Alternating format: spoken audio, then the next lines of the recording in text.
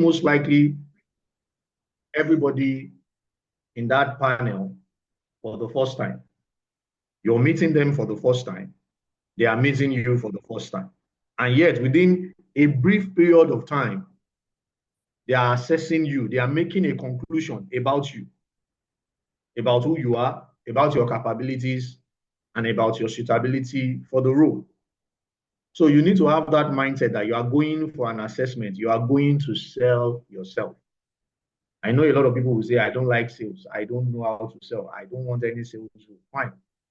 But virtually everything we do in life is sales. I tell the youths that I mentor, I always tell them that even choosing a partner in life is sales. You are selling yourself because believe you me, you are not the only person interested in either the guy or the lady. So why should he or she choose you? You are selling something. You are basically selling something. So we are all selling at all times. We are selling. And so when you're going for an interview, understand that you are going there to sell your best. You are going there to present yourself as the most suitable. And there are different types of interviews. We have the one-on-one interview session where the candidate meets just one person and we have a conversation.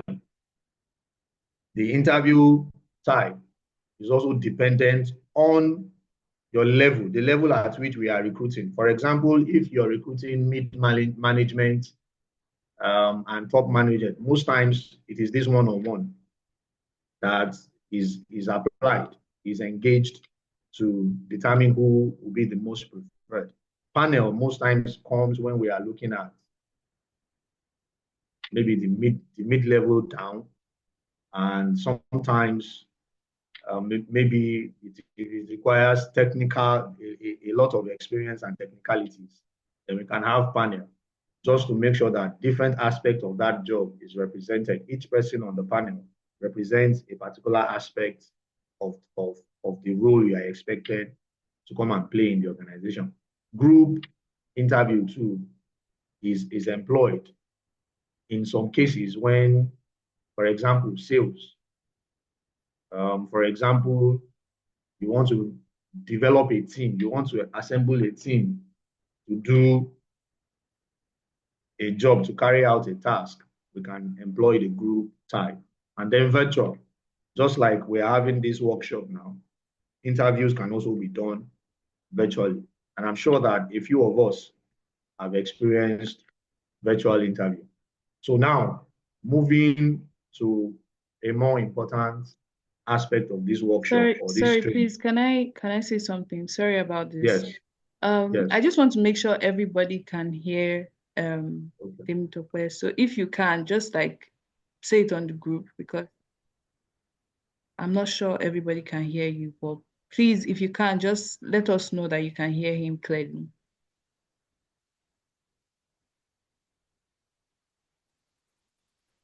All right. Thank you. Sorry about this. You can proceed. Thank you. Okay, so everybody, they can all hear me, right?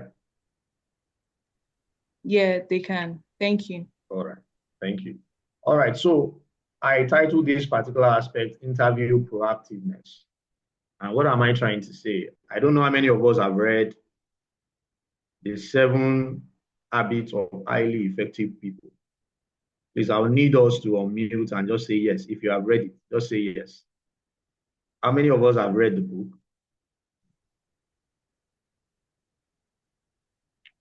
7 Habits of Highly Effective People by Stephen R. Covey. How many of us have read it? Yes, I have. Okay, that's 2. How many? Who else? Okay, because for the sake of our time, if you haven't read the book, please find the book. It's one of the most read for anybody who wants to develop himself or herself. It's a book I would recommend to anybody, particularly the younger generation. If you want to hold yourself accountable, if you want to be effective at what you do, without anyone telling you what to do, or you waiting for people to tell you what to do, please get that book, 7 Habits of Highly Effective People. In that particular book, the author was talking about proactiveness in a particular chapter. And it basically made us understand that there are two circles when it comes to life. And I'm bringing that into the aspect of interview. I am the one who gave you this caption, the circles of life. And basically, there are two circles in life. Now, when you look at this caption, this graphic here, you will see a few errors inside. I'm testing my hands on AI. So I generated this particular one using ChatGPT. For those who have tried it, I think ChatGPT is a bit prone to error when it designs graphics. But I've been able to discover another one that is like 98% error free. So if you see any error in that particular circle, particularly the brighter one, just accept my apologies. It's just me playing around with AI. But the lesson I want us to understand, I want us to take home from this particular graphic, is that there are two circles in life. Stephen R. Covey called the first circle the circle of concern. And then the second circle, the circle of influence. In a nutshell, the circle of concern contains everything in life that you don't have direct control over. For example, you did not choose your parents. You did not choose your nationality. If not, I know quite a number of us here will not choose Nigeria. You know, you did not choose your race. You did not choose your tribe. You did not even choose your gender. There are quite a number of things that even your height, the truth of the matter is that you didn't choose your height.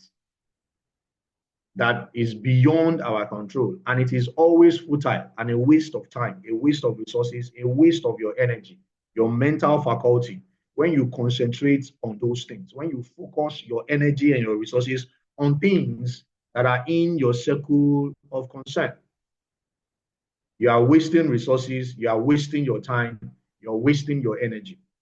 So the essence of this is to shift your mind to your circle of influence. Always try in every area of life, aside interview that we are here for. Try all the time to focus and channel your energy and resources on things that are within your control. There's a particular prayer I saw, and probably some of you would have seen it, which is basically saying, Lord, give me the grace to differentiate between what I can change and what I cannot change. Help me to ignore or to stop worrying about things I cannot change. Give me wisdom to be able to change the things I can change. And then give me rest of mind, something like that. And that's basically the summary of that prayer. And it is wisdom. It is effectiveness. It is knowing where to channel your resources at every point in time so that you can maximize your potential. Resources in life, we say they are scarce.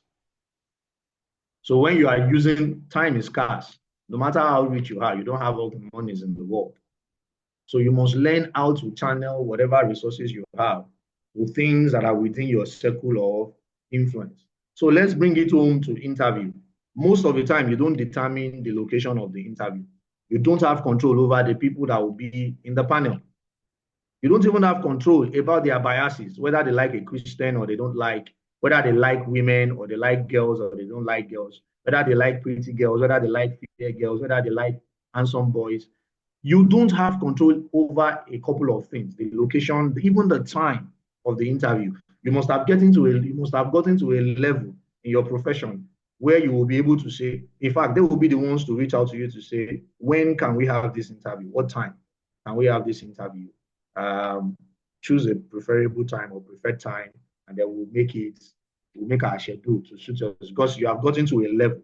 But most times when it comes to entry level, just choose a location, choose a time, and they send the notice out. It's either you make yourself available or you don't. And of course, the people on the panel, you don't have control over. Even the, the qualifications of other candidates that will come for the interview, you don't have any control over.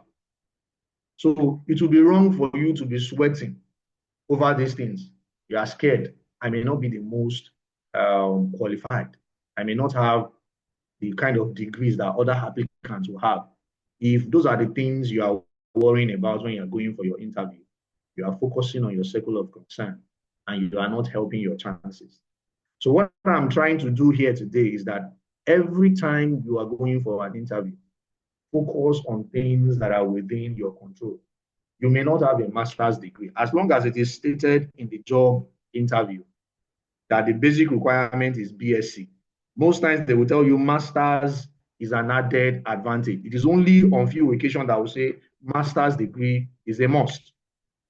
So for instance, you are going for such an interview where they said master's, MBA or MSc is an added advantage and all you have is BSc. You don't need to be worrying about those who have masters. All you need to focus on is your own preparation. You are qualified, you have the basic requirements. That is all that is required. And oftentimes, I have chosen candidates who have just BSc ahead of candidates who have PhD. And it has nothing to do with the money. It is just because the BSc came most prepared and some other soft skills, attitudes that we saw, we felt, okay, the BSc is a better candidate. And we still paid the BSc the amount we would have paid the PhD because a particular amount was stated, was attached to that role. So what I'm trying to let you understand is that as long as you have the basic requirements for any position, any job role, you don't need to sweat over what other people have, what experience other people have. Package yourself in such a way that you sell yourself the right way. Show your strength. Sell yourself. The essence of the interview is not for you to sell another person, it's to sell yourself. Sell yourself the best way you can, and you never can tell. You might be the most preferred. All right. So my focus, my intention this morning is to help you always focus on what you have, seeing your glass as half full, not half empty, even when it comes to interview. Most of these things you might be thinking is only applicable to other aspects of life. But there is a saying that how you do one thing is how you do everything. I also want to say how you see one thing could actually be how you see everything. If you are always the type that is always seeing your glass half empty in every other aspect of life, you are most likely going to be seeing your qualifications and your potentials even as half empty when you're preparing for an interview, because that has always been your approach to life. So how you see one thing, how you do one thing is how you do everything. So I'm trying to also talk to your mindset. Whatever you don't have control over, stop brooding over it. Stop worrying over it. Focus on things you have control over. So when it comes to interview, what are those things that you have control over? And that will move us into how to ace interviews, how to make sure that you perform highly. I am not here to boast, but I can say that I have not attended too many interviews. Why? Because I stay anywhere I work, I usually stay for quite a while. I am not the type that moves. I know often it is something that is playing out in the labor market these days.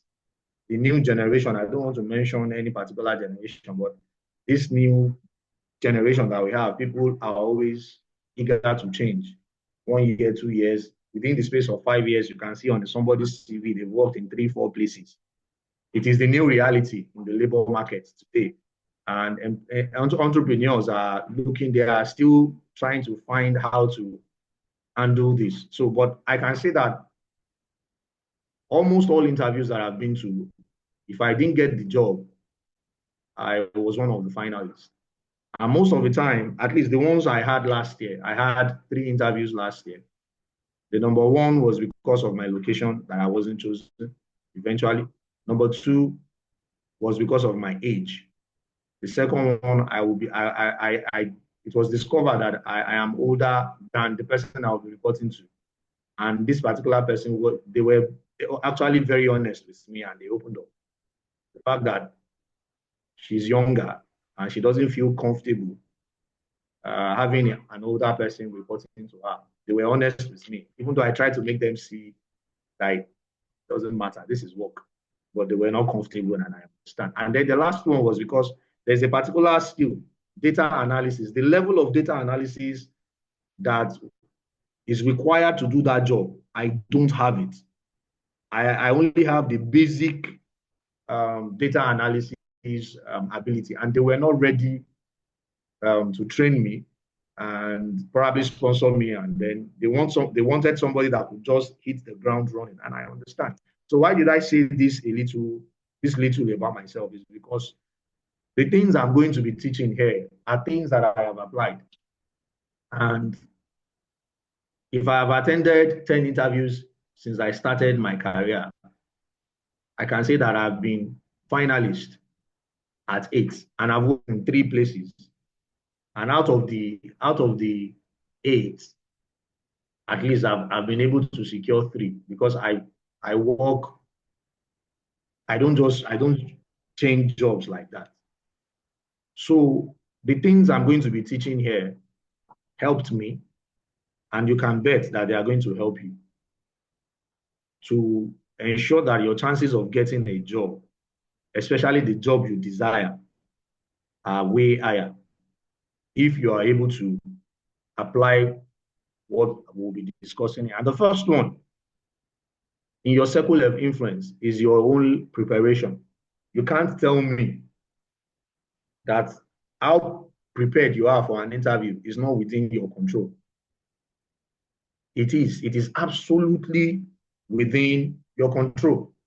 So instead of worrying about the qualifications or the location where the interview will be, after you've gotten the location, prepare.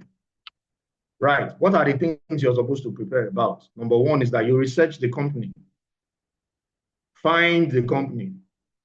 Now, I know there are some job adverts where the name of the organization won't be mentioned. You will not know the name of the organization.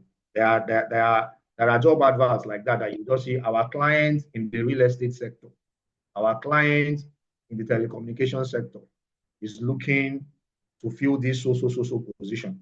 Interested candidates, blah, blah, blah, blah, blah, and all that. These are the qualifications, these are the job descriptions, these are the KPIs, this is the salary range and all. And then that's it.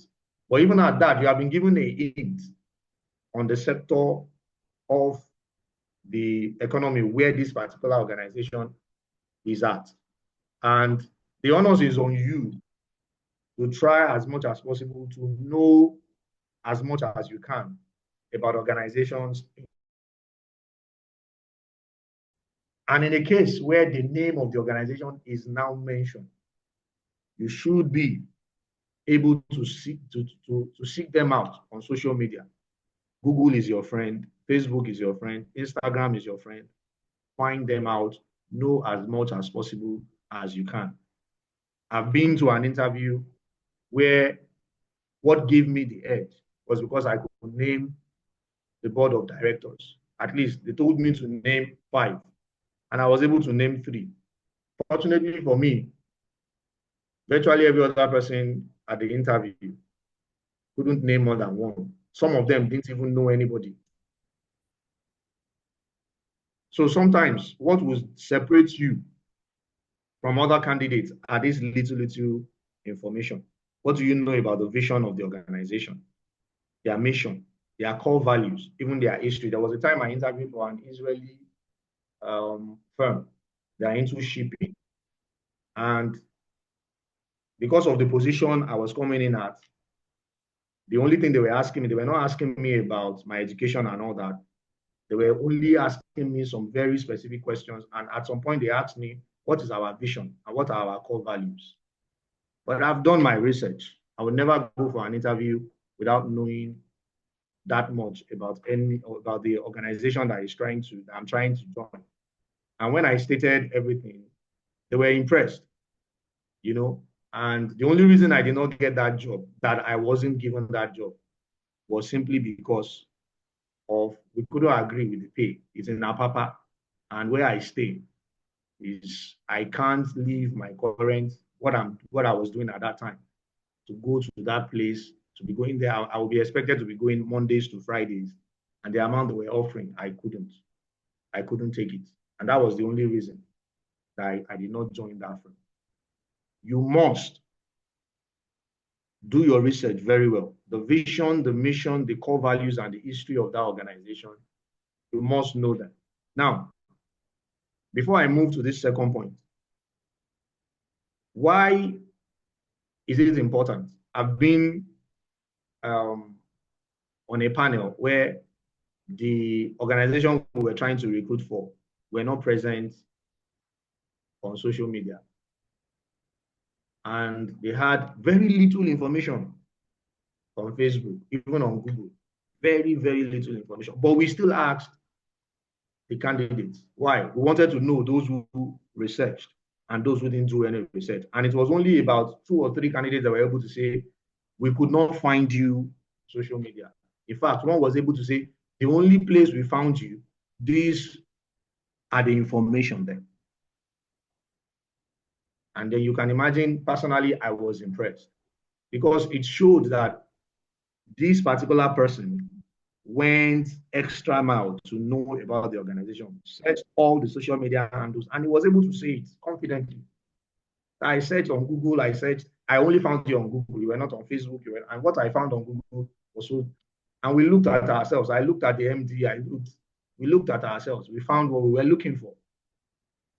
But if he hadn't done the research, he wouldn't have been bold to say that. Other people were just trying to impress themselves and bamboozle their way through that particular question. But we already knew that they didn't put much effort. So it is important. There are questions you will be asked that will show whether you have prepared adequately for the interview or not. And it will not have anything to do with the job that you are interviewing for, but it is part of the things that will qualify you, that will determine whether you are fit for the role or not. Now, another aspect that a lot of people miss out on when they are applying for jobs is this aspect of job description. When they will tell you, when you see a job ad, they list out the roles, the responsibilities that the person that will occupy that position will be carrying out. Most times, I have discovered that applicants don't take their time to go through those things. Those job descriptions, they don't. All they look at is the position and the salary, and probably whether it is hybrid or not. They just look for other things. But this job role and KPIs, people don't pay attention to it.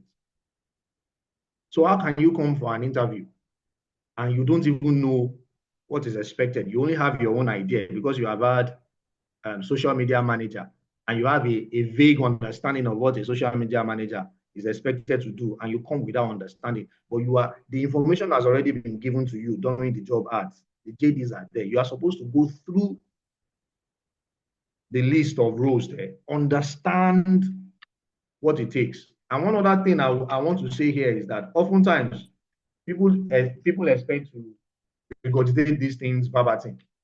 For those who, I have seen that too, people will just read the job description and just give it back during the interview, as if they have a teleprompter in front of them and they are just reading it word for word. No, that is not what is being looked. During any interview, it is your understanding of the role, your interpretation of the role that matters.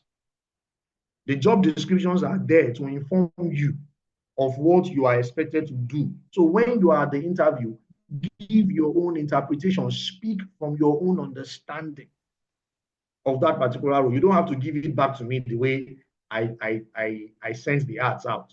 That is not what I'm looking for. I am looking for someone who can interpret the role and give it back to me with understanding. It's communicating with understanding of the job. It is important. So I am saying here that don't just look at the salary, don't look at the location, don't just be concerned about the experience, the qualifications. Also take your time to look at the job descriptions. What are the things that you are expected to do when you come in? Number 2 thing that you have control over is your presentation. What do I mean by your presentation? I'll start with your appearance.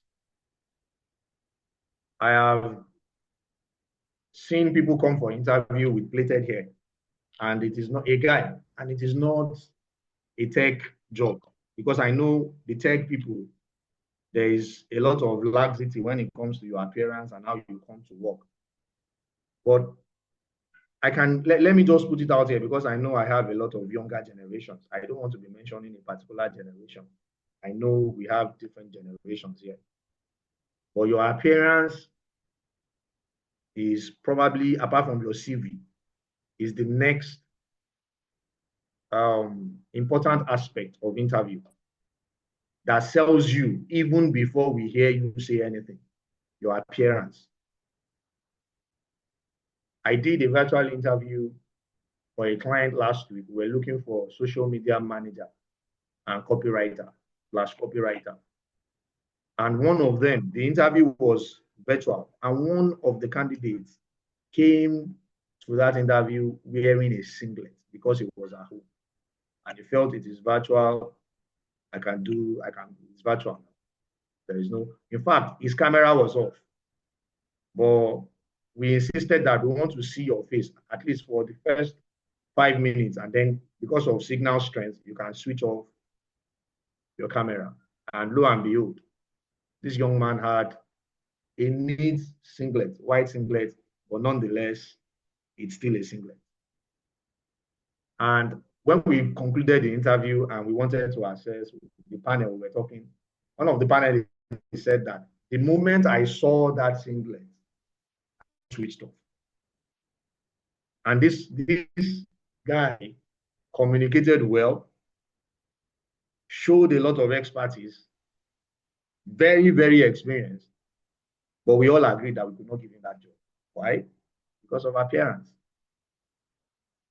You can never go wrong. You can never go to an interview with a proper shirt and trouser for the guy, maybe with a tie, and for the ladies, skirt and shirt, or even trouser and shirt. You know, all these semi-corporate, if I can put it that way.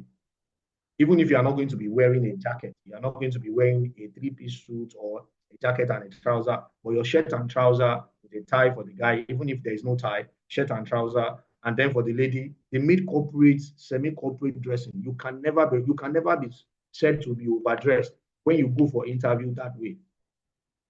Any kind of interview, even if it is the tech companies, and you still go with your shirt and trouser or your skirt and fine shirt, or you go in a corporate, mid-corporate or full corporate, you can never go wrong. I know we are trying to play down on these things in this new generation. We work anyhow we can do, but please understand that your appearance says a lot about you. The kind of haircut you have, your hairstyle, the way you groom your beards, all those things, they say a lot about you. Please try as much as possible to dress corporately when you go for any interview, except it is stated there that you are coming for practicals. Maybe you are an engineer, wear your jeans and bring your tools. There are interviews like that, that it is about you demonstrating. But if it is just the normal interview where you come, you sit down, you talk, dress well. Don't underestimate the importance of your appearance when you're going for any interview. We are not saying you should wear designers, but dress well, all right, and be properly groomed. Pay attention to the fragrance, let me use that word, that comes from your mouth when you go for interviews, right? Most times when we go for interviews, we don't talk most of the time. And one thing happens when you don't talk for a long period of time. The tendency is that some bacterial actions would have taken place in the mouth. And by the time you open the mouth for the first few seconds, some very wonderful fragrances can be coming out. So find minty chewing gum or minty sweet if you don't want to chew gum, because there's a way you chew gum that people won't even know you're chewing gum, but most people don't know. And they are making it. So I would recommend sweets like Mentos or something like that, just to make sure that your mouth gives a nice. Now, you might be saying, what are all these things? Are we here to talk about? No, I've been Little things like this can make you lose a job because you have different people on the panel and they have their biases, they have what they like, they have what they don't like. And in the end, no single person in the panel can make the decision. It has to be an agreement. And sometimes something as simple as that can be what will disqualify a candidate. So pay attention to your appearance. And then punctuality. I can't understand why you will be going for an interview and you will arrive late. Now, this is me talking from my own personal biases now. I can't understand it, regardless of the location. Because most times you would have been given prior information about the location of where the interview will be. Did you do any research about the location? Did you even find out the fastest route to that location? And people will come late for interview. That, for me, is a red flag. If you can come late for an interview, you will come late to work. That is my own personal bias. And so when I'm on a panel or I'm the one-on-one interview and I discover that somebody comes late, you've already diminished your chances. You have. Because one of the things we want to see in anybody, whether as a consultant and I'm employing for an organization or it is for my own organization, is the fact that I want somebody that is punctual. I don't joke with time. I don't joke with time. That is why I'm also recommending, I will remind you of that book again, 7 Habits of Highly Effective People. Go and get that book. There is nothing like African time. You must. This is within your control. You might be saying, okay, what about traffic? So if an interview has been scheduled for 10 a.m. and is at Lekki and you are staying on the mainland, maybe you are staying at Yanopaja, and the interview is 10 o'clock. So what time are you supposed to leave the house? Are you supposed to be leaving the house 6:30, 7 o'clock? Of course, if you do that, you are likely going to go late, get late to the place of interview. You leave the house 5. And I'm not telling you this just because it's easy to say. It is what I have done.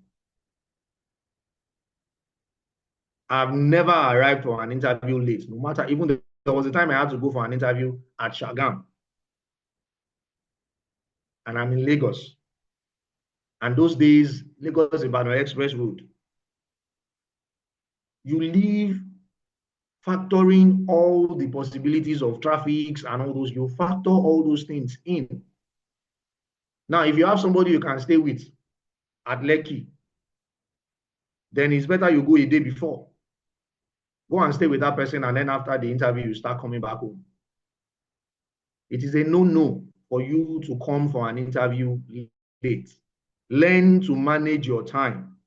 Learn to prioritize your activities. The day of the interview, the morning you're going for an interview, is not the day to bring out clothes and wash. All you need to do is wake up, dress up, and leave the house. That is not the time for you. It is not on that day you are going for an interview. You will now start looking for your CVs, start looking for your credentials and every other thing you're supposed to bring. You also have prepared that a day or 2 days before. In fact, the moment you get the notice for an interview, that is when you're supposed to start preparing. All the credentials they have asked you, start bringing them out from wherever you have kept them and start arranging them.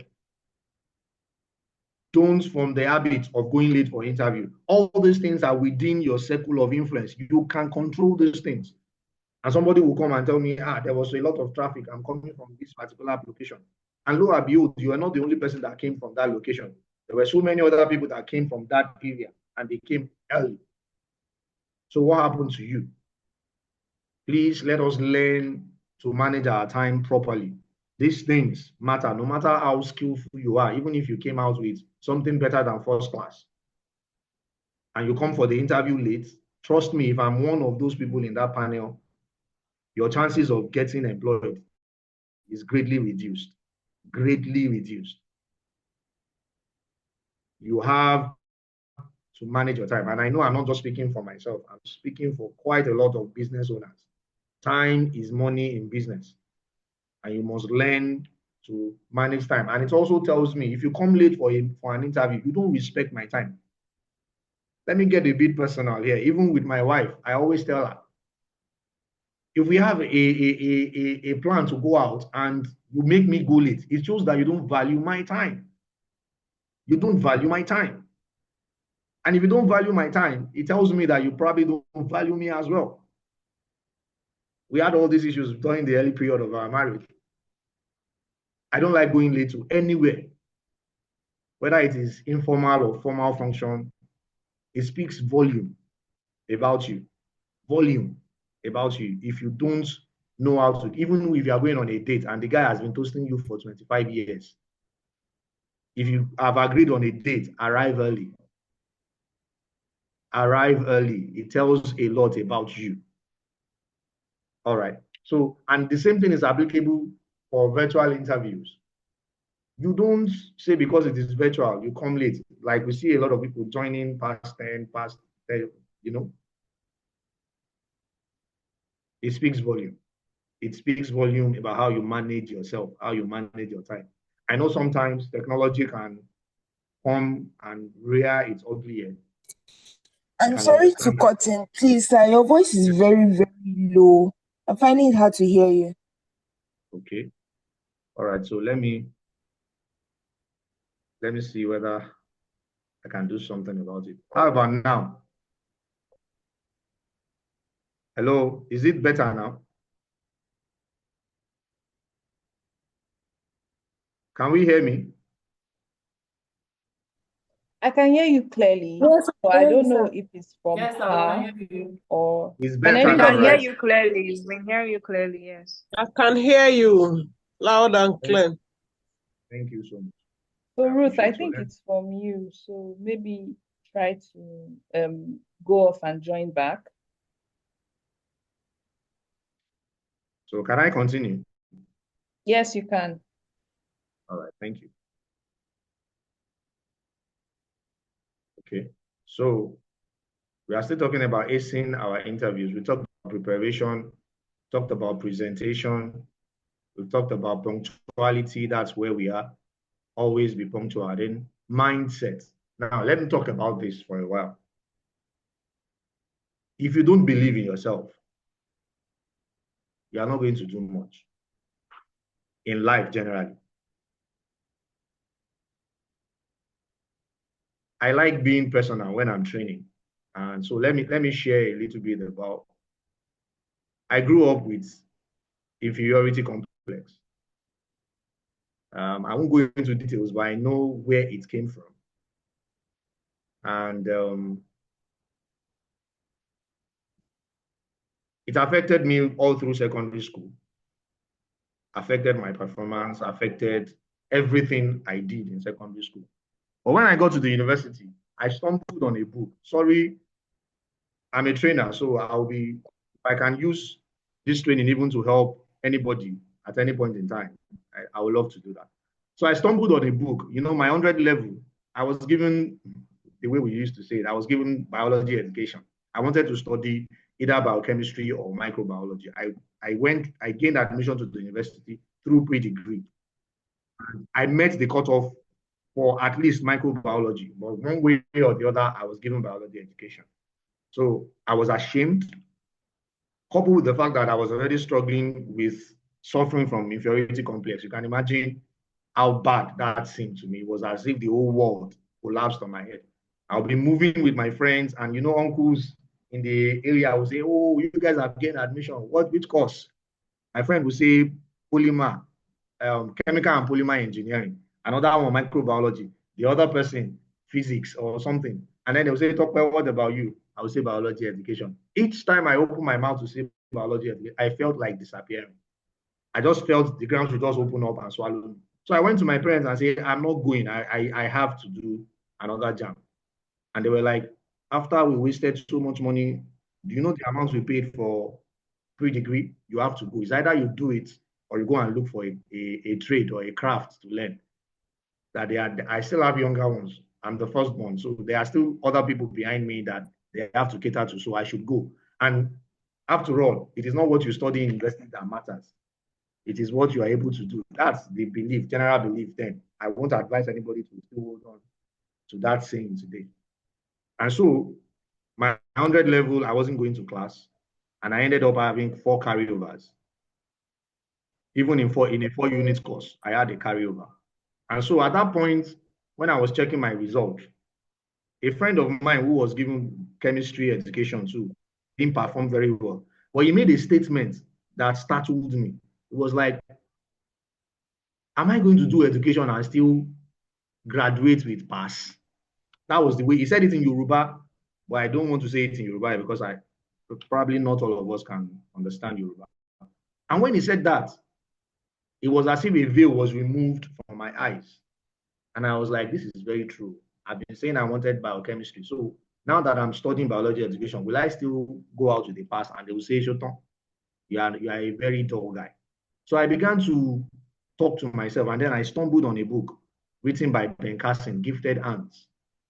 And that book changed the trajectory of my life, if I can put it that way. It's one of the books that changed my life. I finished with a 2-2 eventually. If there's anything called a strong 2-2, I was very close to 2-1. But that book just changed the trajectory of my life. And one of the things that book installed in me was self-belief. And I began, and that was where my eyes opened to see that the moment you believe in yourself, you are not likely to fail in life. The truth of the matter is that it is impossible to fail if you believe in yourself. In whatever thing you are doing or you want to embark on, first thing you must get right is that belief in your ability. People may not believe in you, but if you believe in yourself, you are unstoppable. And this is applicable to interviews. Believe in yourself and your abilities and your experience. Let that thing be settled on the inside of you. Work on your mindset. You are good enough. The only time your self-belief will not help you when it comes to interview is if you are not qualified. You don't have the prerequisites, qualifications, academic qualification. Probably you don't have the prerequisite experience, even though in some cases, when they are looking for 5 years experience, somebody of 2 years experience can do the job, right? Yes, I've seen it several.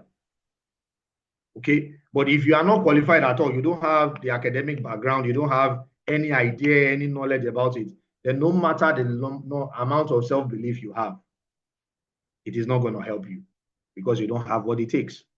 But when you have the basic requirements, you have the degree, you have the experience, you have the technical know-how. You might not be the best, but you have the technical know-how. Please back it up with self-belief. Back it up with self-belief. It is what people use. Some people will call it confidence, but I always prefer to use self-belief. You believe in your ability. You believe in your potential. You believe in what you can do. You believe in your own uniqueness. Settle that on the inside of you. Forget about whether another candidate, maybe you've heard 1 or 2 candidates and they are speaking very polished English, very polished phone, and you don't have all those tongue twisting pronunciation and all that.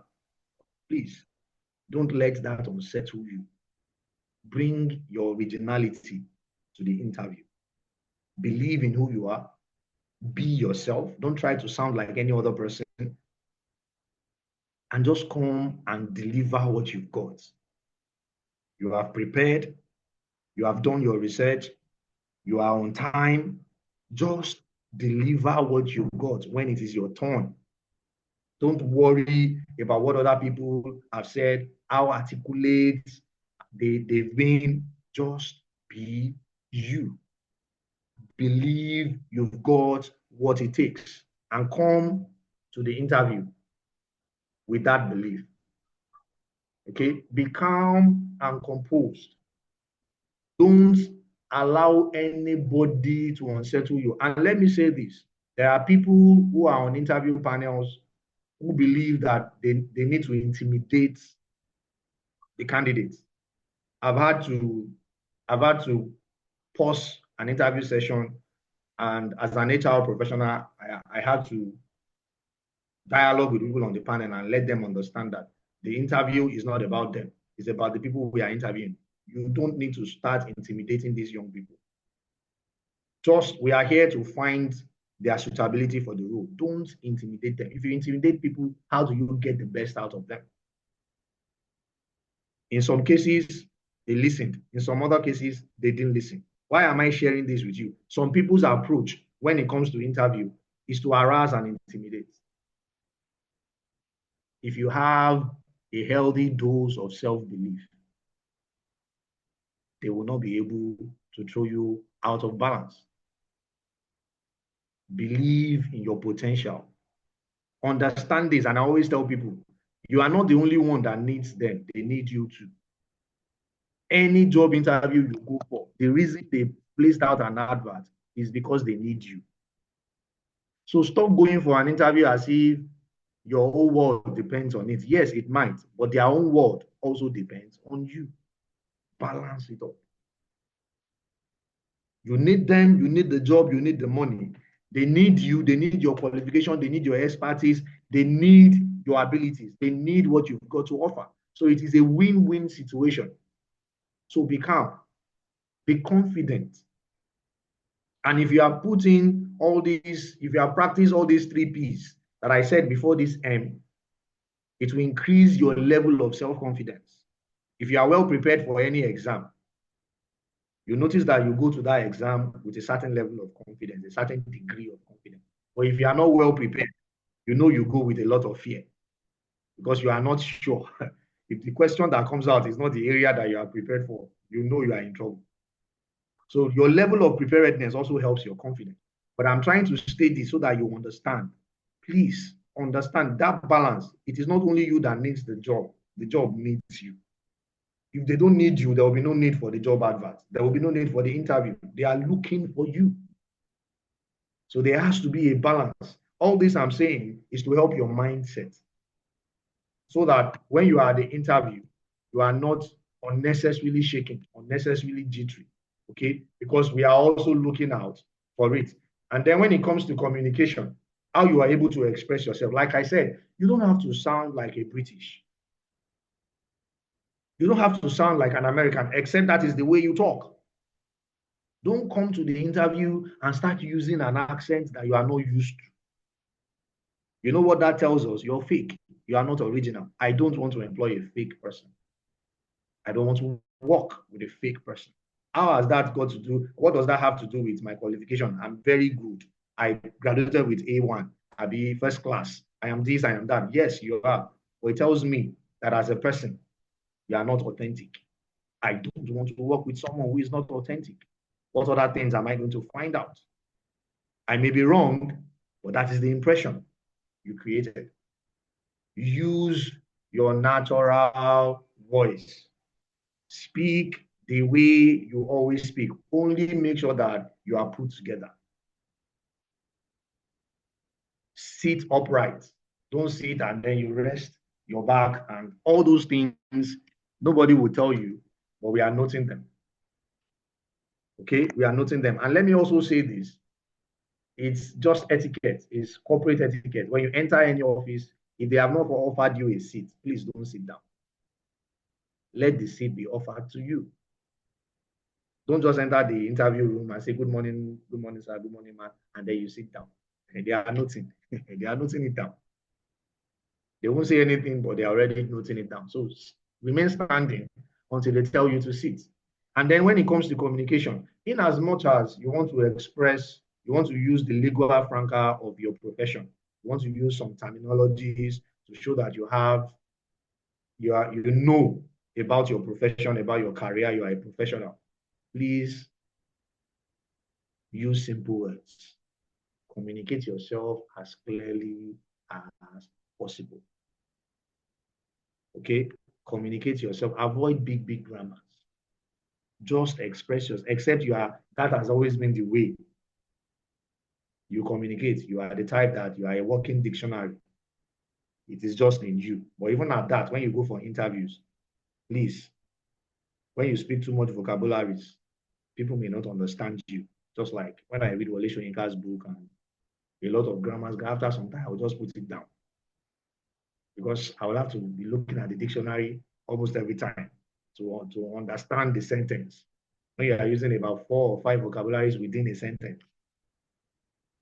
So please, communication is always about understanding. It's not about how knowledgeable. Let me let you understand something about communication. No matter how eloquent you are, no matter how knowledgeable you are, no matter how big you are able to use vocabularies, if at the end of what you're saying, the people you're talking to do not understand what you said, or did not get the crux of what you are trying to pass across, you have failed. Yes, you're knowledgeable. Yes, you are experienced. Yes, you're gifted. But the people you were talking to at the end, when you were assessing what they understood, you realized that they did not understand most of the things you said. Then you did not communicate. You were just impressing people. You were not communicating.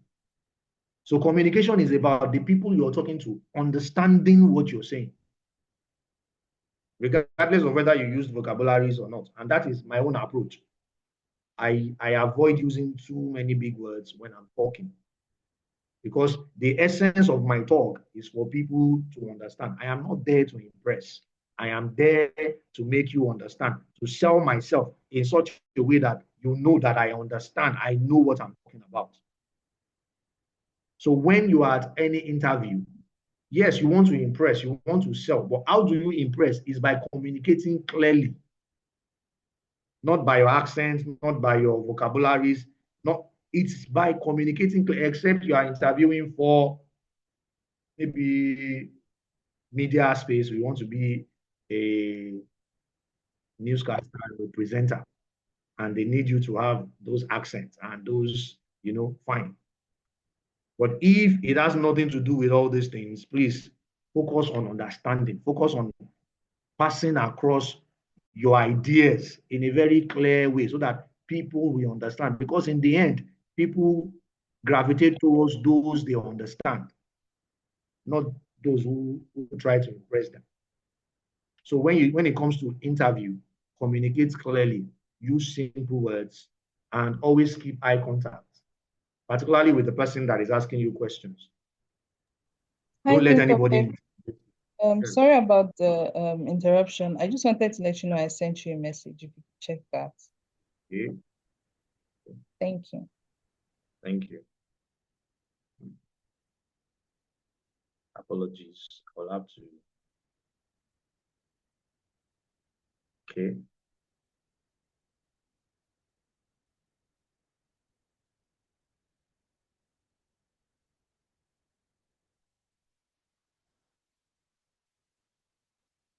Okay, yeah. Yeah. All right. So let me continue. Okay. So now I will talk briefly on attitude. I will talk briefly on attitude, and there is a reason I'm talking on this attitude. Because many of us think when you go for an interview, you just have to concentrate solely on what you're there to do, and every other person there does not matter. Right from the gate man, I have conducted interviews that I gave appraisal form to the security guy. So when you are writing your attendance at the gate, when you leave and you go inside, the security guys are appraising you. You greet them. You treat them well. They will write your name on the form and they will tick it yes or no. Did you treat them with respect? Did you treat them respectfully? Even the cleaners. And all of these things I will collate at the end of the interview to know the most suitable. Many of us miss out on these things. You don't greet, you don't treat people well. Even your co-candidates, when you are sitting down, you are not even saying good morning, you are not saying good afternoon because you are well dressed, you are well groomed. Just feel every other person should bow to you. Well, attitude says a lot about you. How you treat the people around you at any point in time says a lot about you. And we are watching. So no matter how experienced, no matter how skillful you are, if your attitude is wrong, you will not get it done. So learn to greet people. Learn to treat people right. We are not saying you should come for an interview and turn it into a marketplace where you are chatting. Well, good morning, you're welcome. How are you doing? Little courtesy like that, they go a long way in telling us about who you are. And let me chip this in before I leave this particular aspect. When it gets to a certain position, when your career is about to get to the senior level, when you get from the mid-level to the topmost level in your career, it is not your skills that matters. In fact, when they want to promote people to leadership position, the least important thing, or the least important, yes, the least important thing is your expertise. The most important thing that they look for is how you are able to treat people, your attitude to people, your relationship with people. When they want to promote people to the leadership positions, they look for people who are good at relating with others. That is why you see some people, they are very skillful, they are very good at their job, but they will not rise above a particular level. They will not rise above a particular level. It is because your career can only get you to a certain level when it comes sorry, not your career, your skills, your competence, your technical know-how can only take you to certain heights. But when it comes to the topmost, to the very big positions where leadership is what is expected, it is your attitude, the soft skills that they are looking for. How good are you with people? If you don't have it, you will not be promoted to that senior level. So it is important for everyone on this call to start paying attention to their attitude alongside your technical proficiency. It is when you have the two and you have a good balance of the two that you can rise as high as possible. Okay? And also have your CVs and credentials. I've talked about that. Have them properly arranged. It's not when they're asking you to bring them out. You are now searching your bag. You are fiddling with your bag to find where they are. It communicates something. They are simply telling us you are not an organized person. So what are the things that employers look for when they are trying to choose you as the candidate? Number one is relevant skills and experience. So before you apply for any job, find out if you have the relevant skills and you have the relevant experience. If you do, then apply. Then cultural fit and adaptability. When we talk about cultural fit, it's about the values of the organization. And many of you don't even take time to research the values. So when they ask you questions that is addressing this cultural fit, you don't know how to answer. You are answering with your own values. You are answering with your own principles. No. You're supposed to be answering with the values of the organization. That is when you are telling them, I know your values, I know what matters to you, and I will be a fit. Your problem-solving skills is another thing that employers want to know. And of course, like I said, your communication skills and your confidence level.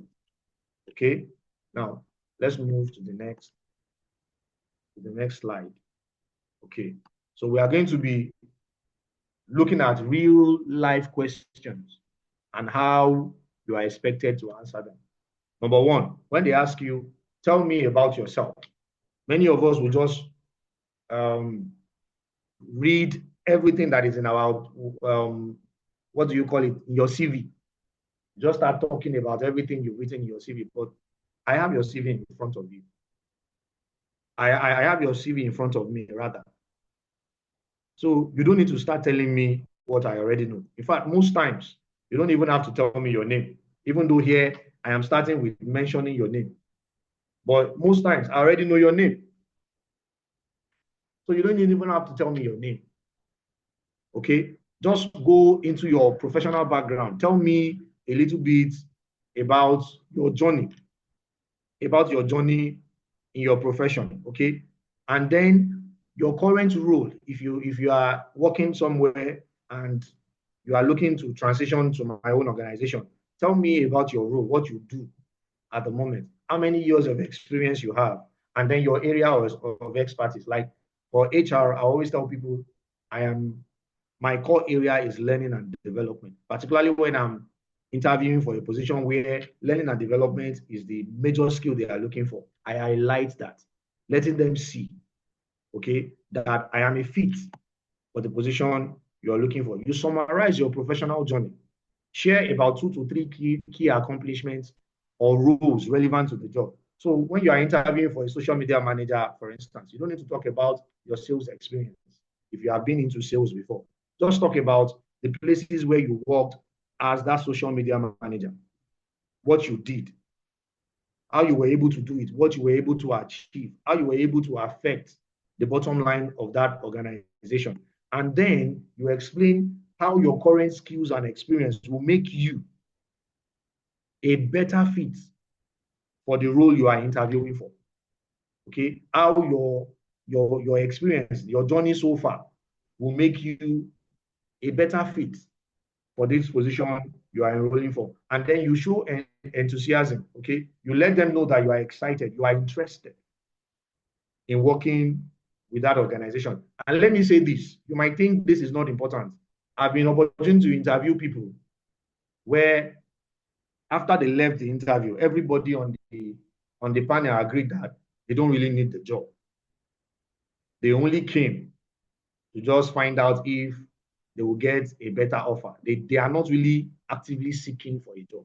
If you know you are happy where you are, please don't go for an interview.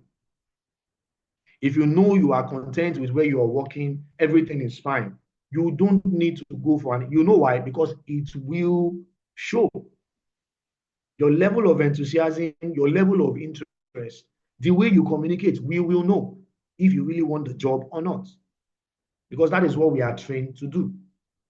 So if you know you don't really want this job, or it is not really important, where you are happy, you are satisfied, don't bother. Don't bother, because it will be communicated. Your body language, the way you approach the interview will tell us that this person is probably happy where he is. He's just trying to sample the market to see whether I will get something better.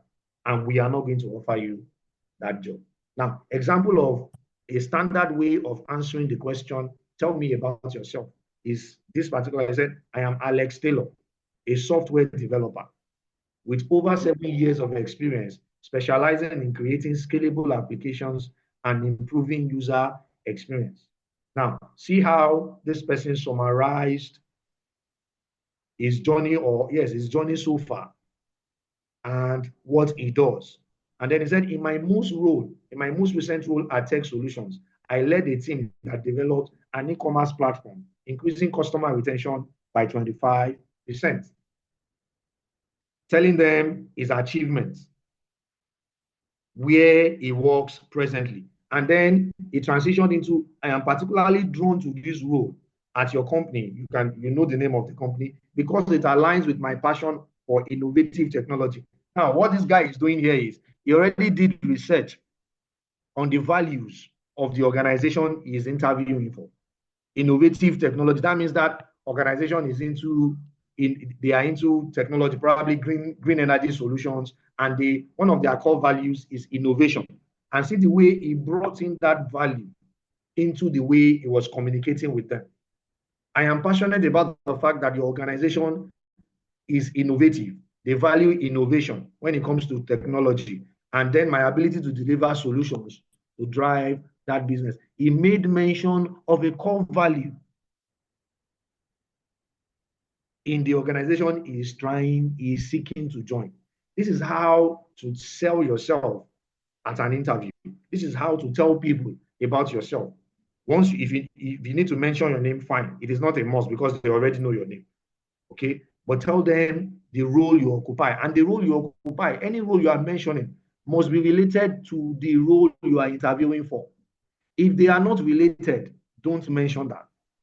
You need to find a way to ensure that the role you are mentioning is related to the role you are interviewing for. Even if they are not exactly the same, they might not be called the same, but the functions are the same. And you must link it. You must let them see the link between what you are doing now and what you are expected to do at that organization. Okay, let's look at another important question. Interview questions. Number 2, why do you want this job? Why do you want this job? This is a very common question during interview. So how should you answer the question? You show that you research the company. Demonstrate that you understand the company's mission, values, and culture. You now see why it is important you do your research well. Why do you want this job? You communicate their vision, because So you don't need to repeat their vision verbatim, right?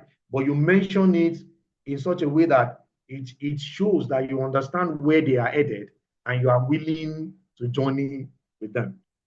Express enthusiasm for the company and its work. Highlight your fit for the role. Connect it to your skills, your experience, your background to the job requirement, and then show how your strengths make you a strong candidate. Show how you can contribute. Yes, I'm going to read this example now so that we understand how you are going to apply it. You will simply say, I have always admired. So why do you want this job? Why should we choose you? Why should we consider you? I've always admired your company for its innovative approach and commitment to sustainability, right? Because the organization already talks about in their core values, innovation and sustainability is part. They are both part of their core values, and probably they are even included in their vision and mission statement. And it's saying that I am particularly excited about your current projects in renewable energy. You are talking about what the organization is doing presently. And this can only be known if you do your research. Okay, now you relate it to what you do. Say this role aligns with my background in environmental engineering. This role aligns with my background in environment where I have spent the last 4 years working on projects that promote sustainable practices. So you are linking what the organization is about to what you are doing, to what you know how to do, to the current plethora of skills that you have available to deliver your job in a way that they will be pleased with. So when you answer these questions this way, you are simply telling the organization that you know what you're doing. You know what you're doing. You understand what is required of you. Apologies.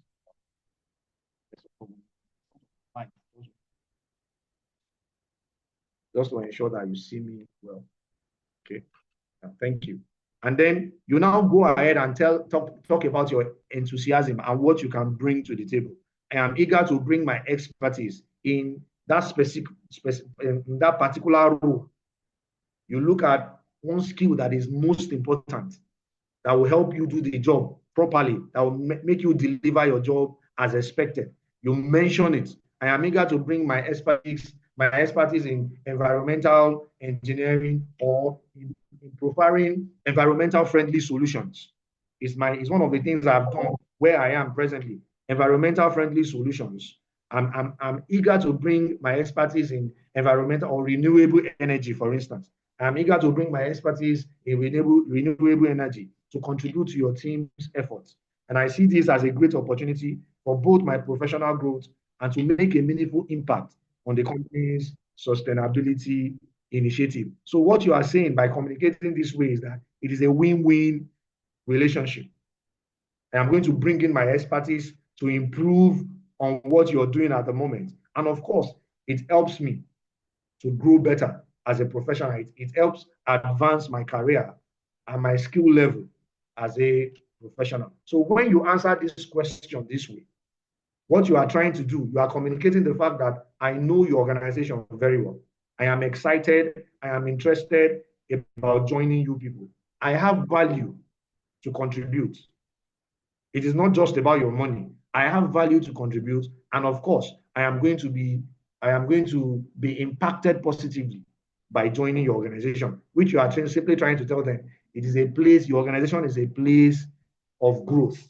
Your organization is a place, you are honoring the organization, and everybody on that panel will pay attention to you because it shows that you have done your research very well.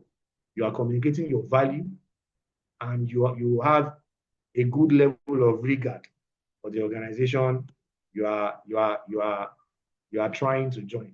Okay. Now, another one is the difficult questions like, tell me about the challenges you have faced. One major challenge you faced in your current role. Okay, there are some questions here already, but I'll answer the questions when my time of presenting.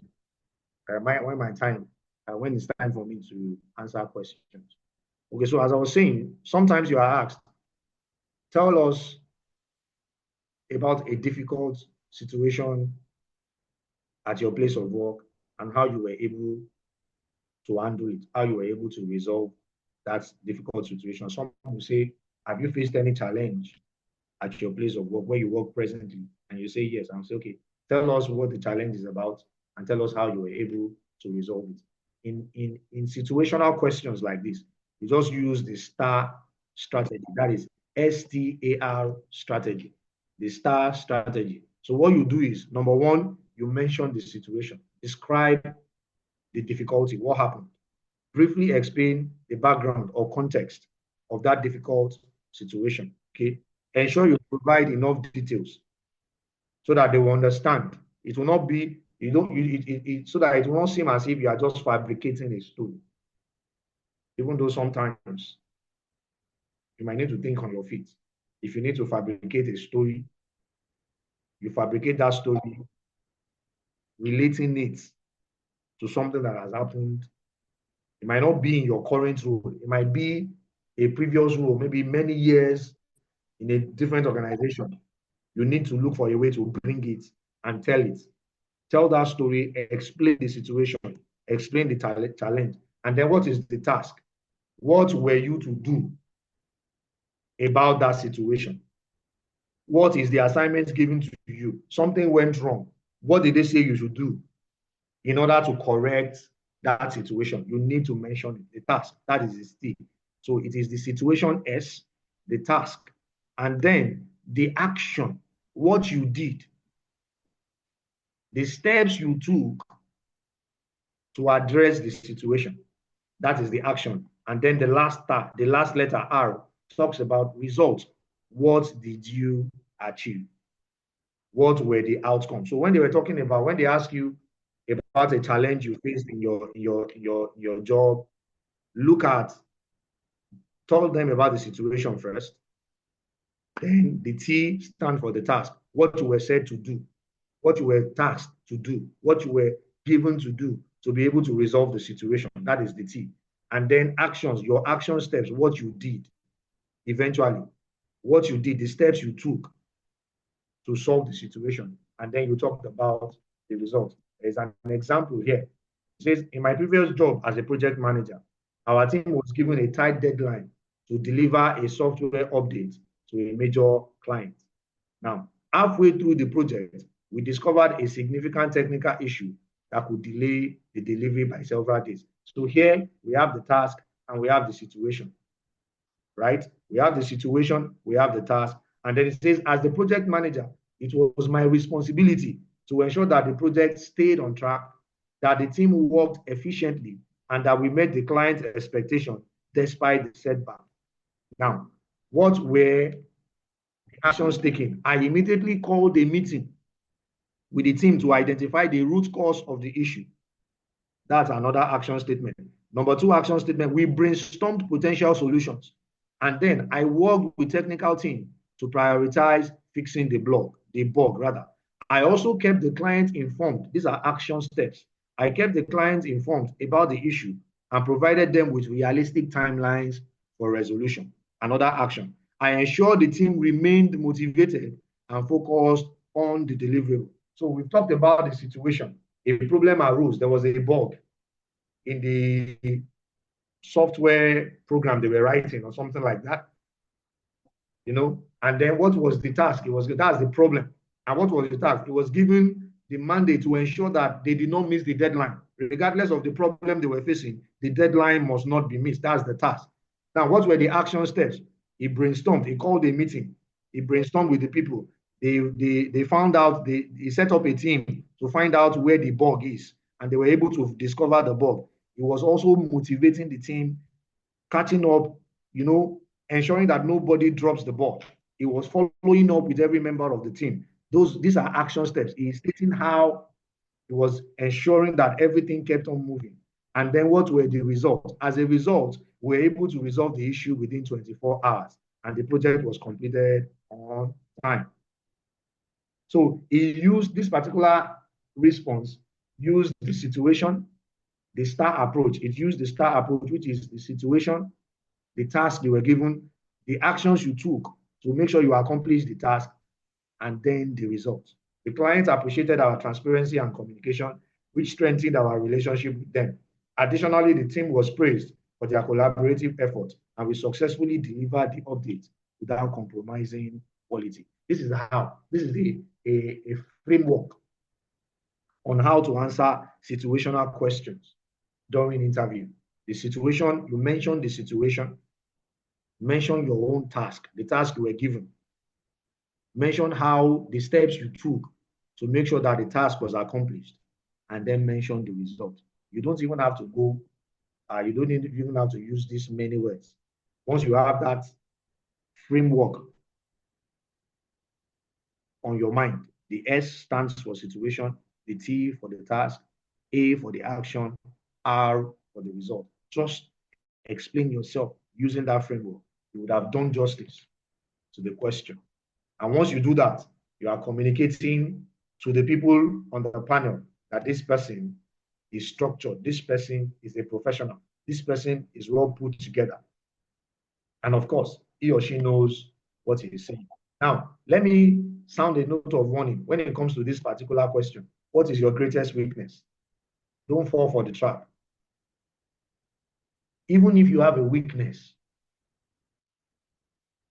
that is related to the job, please don't mention a weakness that will disqualify you totally. It is a very delicate question when people ask you during interview, what is your greatest weakness? Choose a real weakness, or don't choose a deal breaker weakness. Don't tell people, I am not very good with money. I am not very good with money. I don't know how to handle money. And so when we have projects and budget is released, I'm still trying to learn how to manage, and you are enrolling for a position where you'll be overseeing projects, and you say you don't know how to handle money.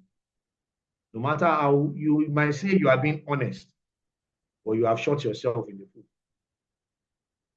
Nobody is going to, because you are to be overseeing projects, and so money will be released to you, and you are saying your weakness is handling money. They will not give you the job. So when you are talking about weakness, in as much as I always recommend that we should be honest, please don't mention a deal breaker weakness that will nullify your chances. Don't do that. Pick a weakness that is genuine, but that is not directly critical to the job. Okay? You have to be smart when you are answering this question. Now, how do you address it? Show how you are addressing that weakness. Explain the steps that you have taken to improve in this area. Then highlight your commitment to personal and professional development. Connect it to your strengths. Let me show you what I mean. There's an example here that we can look at.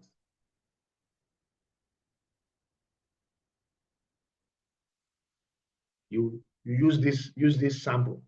So one area I'm working on is delegating tasks. As someone who takes pride in delivering high quality work, I have sometimes struggled to trust others with critical assignments.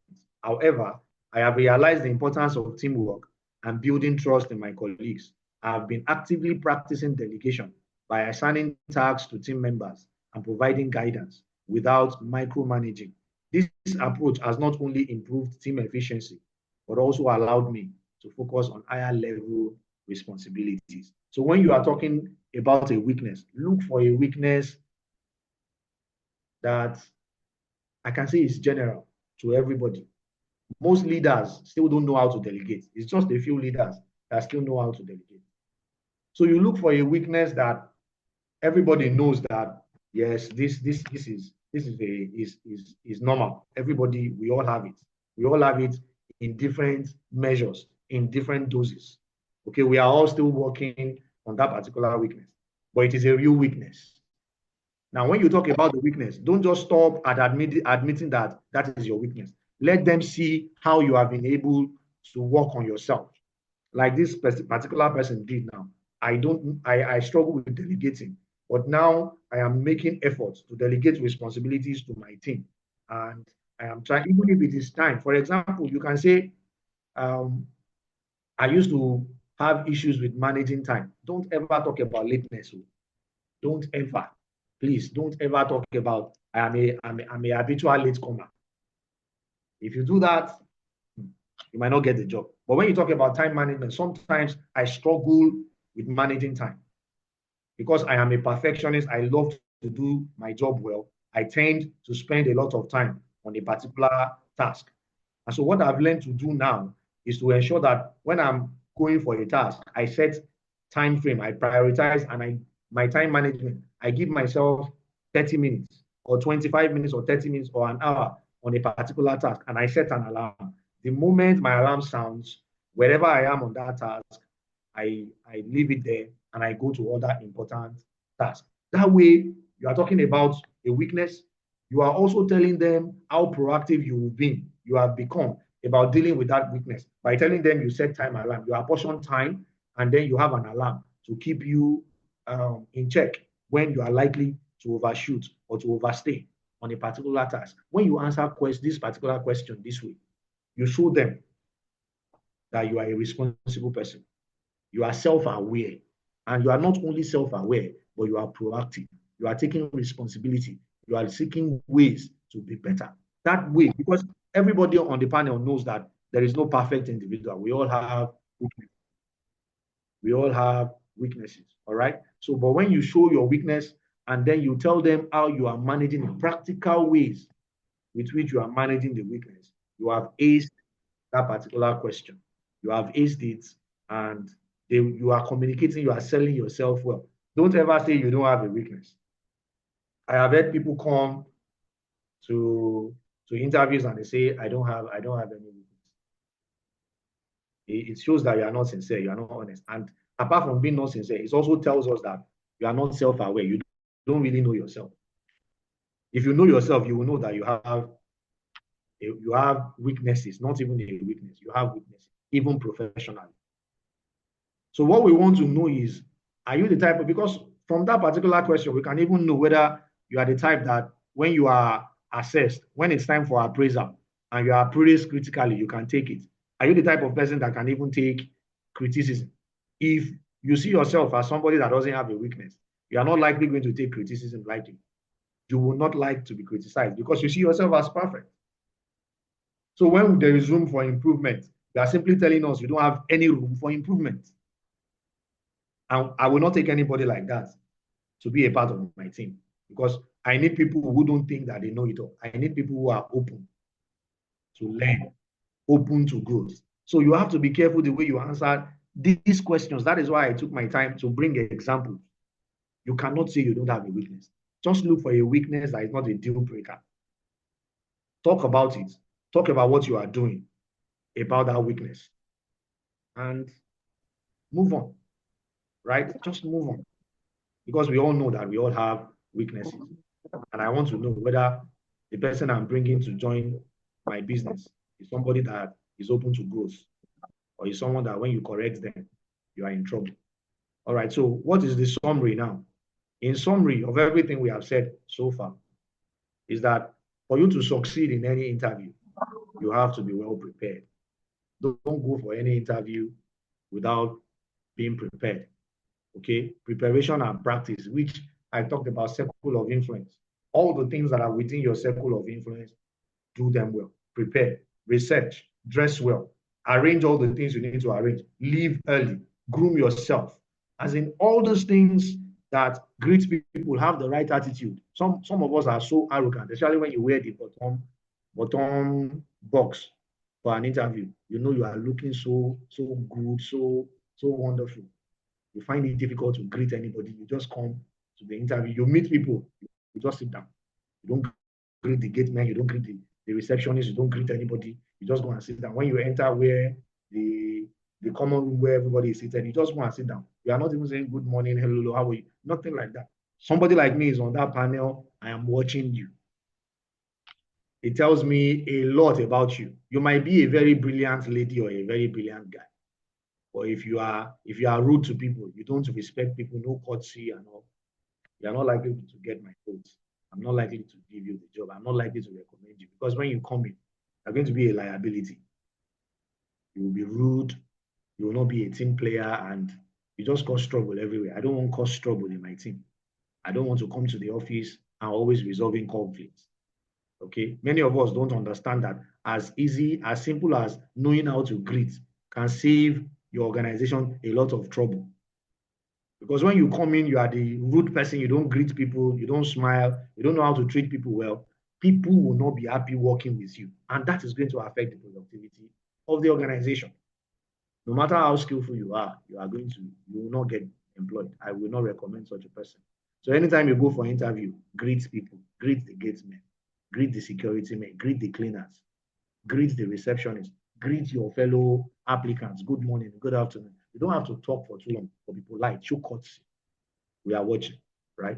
The big brother is watching. Now, confidence and effective communication make a lasting impression. Remember, I told you, it is not about accent, it is not about grammar, it is not about vocabulary, it's about communicating clearly, telling yourself clearly, being clear. Use little words, simple words that everybody will understand. That is communication. All right? And be original. Don't try to form accent that you don't know. Don't try to sound like any other person. Just be you. Be put together. I'm not saying you should be all over the place. Be put together, but be original and believe in yourself. And of course, when you are well prepared, it helps your confidence. But no, anytime you are going for any interview, know that you are the best candidate. As long as you have all the requirements, all the things they require, you are qualified. Go with that confidence. I am the best. I know what I am doing. If they are going to choose one person, they will choose me. Don't be encouraging negative thoughts, self-defeating thoughts. Or you come into the place and you see some people wearing better dress than you, or maybe they speak better English than you. And all of a sudden you say, look at how sparkling this boy is looking. This guy has gotten the job. I am not, what I'm wearing is not as good as what he's wearing. My guy, my sister. Package yourself well. Love what you have. If that is all you've got, wear it with pride and go to that interview to sell yourself. Okay. In the end, it is not just only dressing. Yeah, I wish you can see maybe I don't know if you have seen it. I didn't bring it here. There's a script we use when we are interviewing. Dressing is there, communication is there, attitude is there. What else? What else? Leadership skills is there. There are a lot of things, okay, that we are going to sum together to determine the best fit. It is not just dressing. It is not just, in fact, I don't see where they will say accent. We don't use accents when we are interviewing. It's just communication. How well you are able to communicate. Okay. And let me tell you something. Many of us in Nigeria, we are not proud. I've had the opportunity as an HR professional to go for trainings where I can speak like a British, where I can twist my tongue for all those. But I said no. And what gave me that confidence was because I listened to a lot of TED Talks. I don't know if anybody knows TED Talks here. And I've seen people from Eastern Europe. I have seen Chinese people, professionals, give talks and they get standing ovation. And when they are talking, you will hear their accents there. And yet they got standing ovation. Everything they said, we understood. So I asked myself, why am I ashamed? I want people to know when I'm speaking that I'm Yoruba man. I am proud to be Yoruba. I'm proud to be a Nigerian. Okonjo Iweala doesn't sound like any other person in the world. She speaks the way she speaks. It has not hindered her from getting to the height she has gotten to. She knows what she's doing and she knows how to communicate. So you don't have to be sounding like any other person in the world. Just make sure you speak good English and you can be clearly understood. Once you have that, please, anybody that wants to sound like Obama can sound like Obama. I would rather sound like myself and still communicate effectively. So I decided I wasn't going for the course. And they said why, and I gave them my reason. I don't want to sound like any other person. I'm proud of who I am. I'm proud of where I'm coming from. All I need to do is to make sure that I communicate clearly and effectively. And I'm doing that till today. And that is the same thing I'm teaching my children. I'm not saying they should not learn how to sound British. If that is what they want, fine. But I'm only trying to tell them, love who you are, love where you are coming from. Be confident about who you are, be confident of yourself, and develop competence. Speak. Okay? Just speak clearly. You don't need to twist your tongue.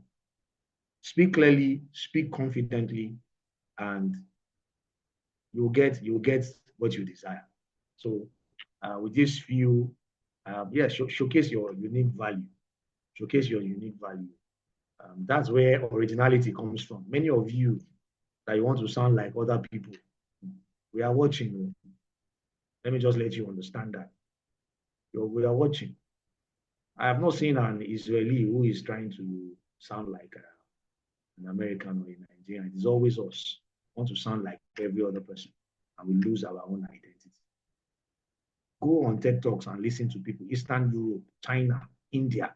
They give quality talks, and they are not sounding like Americans. They are not sounding like British. You will know once they open their mouth, you know this person is from Romania.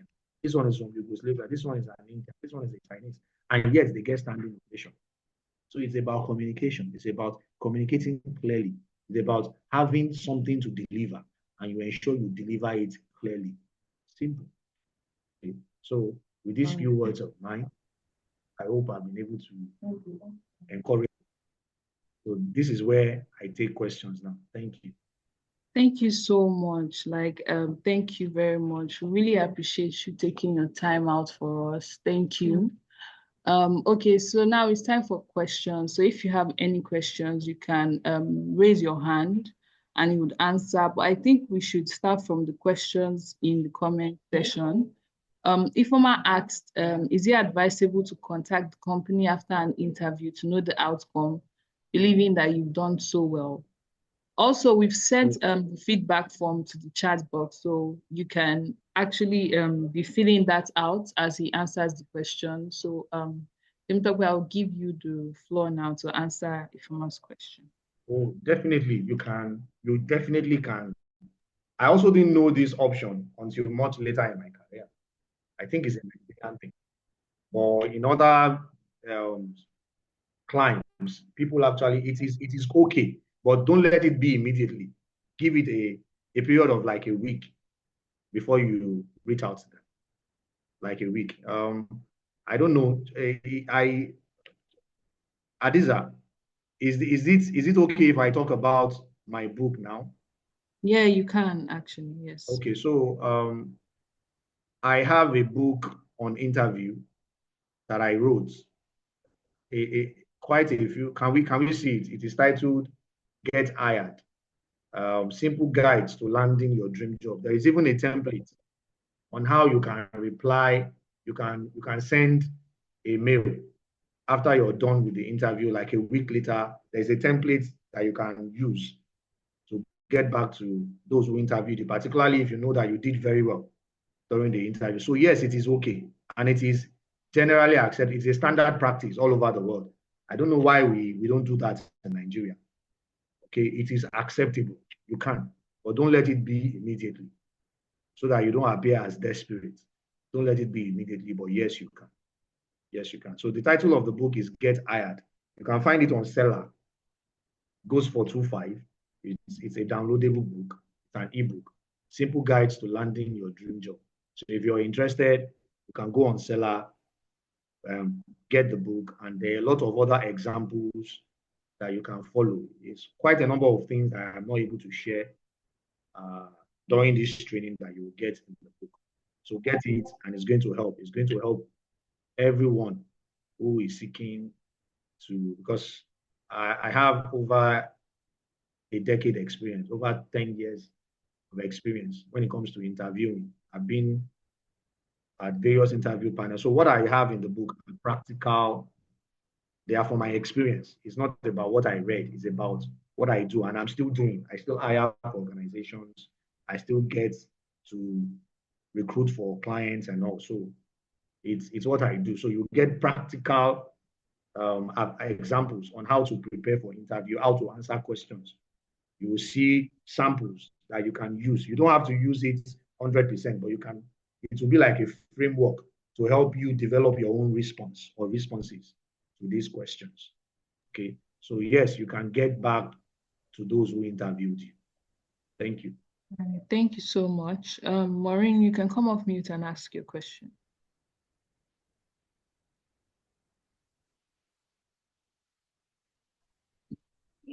Hello, sir. Thank you very much for your class. I really enjoyed it.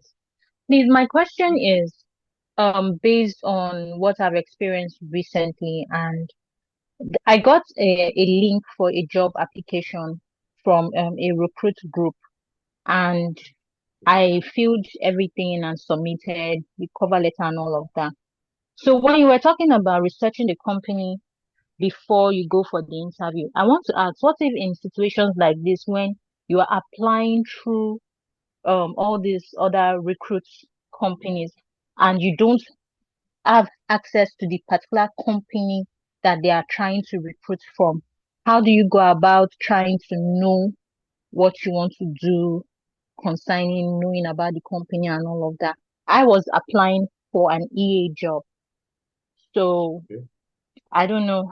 I tried going online to look for what kind of company they will be recruiting for, but I didn't get. I just saw that they were Oaks Recruitment. That was the group that I applied through. So I Okay. don't know any how to go about it. Thank you very much. All right. So I made mention of this at the beginning of this particular workshop. I guess you came in after I said so. So there are two options you have. First is when they do adverts like that, oftentimes they will give an idea of the sector in which the organization is. For instance, they will say our client in the telecommunications sector. So if they do not disclose the name of the organization, what you need to do is research based on your role in telecommunications sector. What will somebody in your role be doing in telecommunications? And then have a general understanding about what is obtainable in telecommunications. Now, another thing you can do if you know that you really want to do personal research on the organization itself is for you to reach out to the organization recruiting and ask for the name of the organization. The worst that will happen is that they will tell you they can't disclose, right? But you cannot be sanctioned. And this way you are able to do your research and get additional information. So those are the two options. It's either you just limit your research to the sector, or secondly, you reach out to that recruiting firm asking for the name of the organization. Sometimes they will give it, sometimes they won't give it. And if they are not going to be giving the name, then they cannot be asking you about the mission and the vision of the organization because they did not give you the name. So you only need to do a general research about the sector, know what is happening in the sector, know the new development in the sector, and then understand your role as it relates to that particular sector. That is it. But if you reach out and they give you the name of the organization, then you can make further research. Do you understand?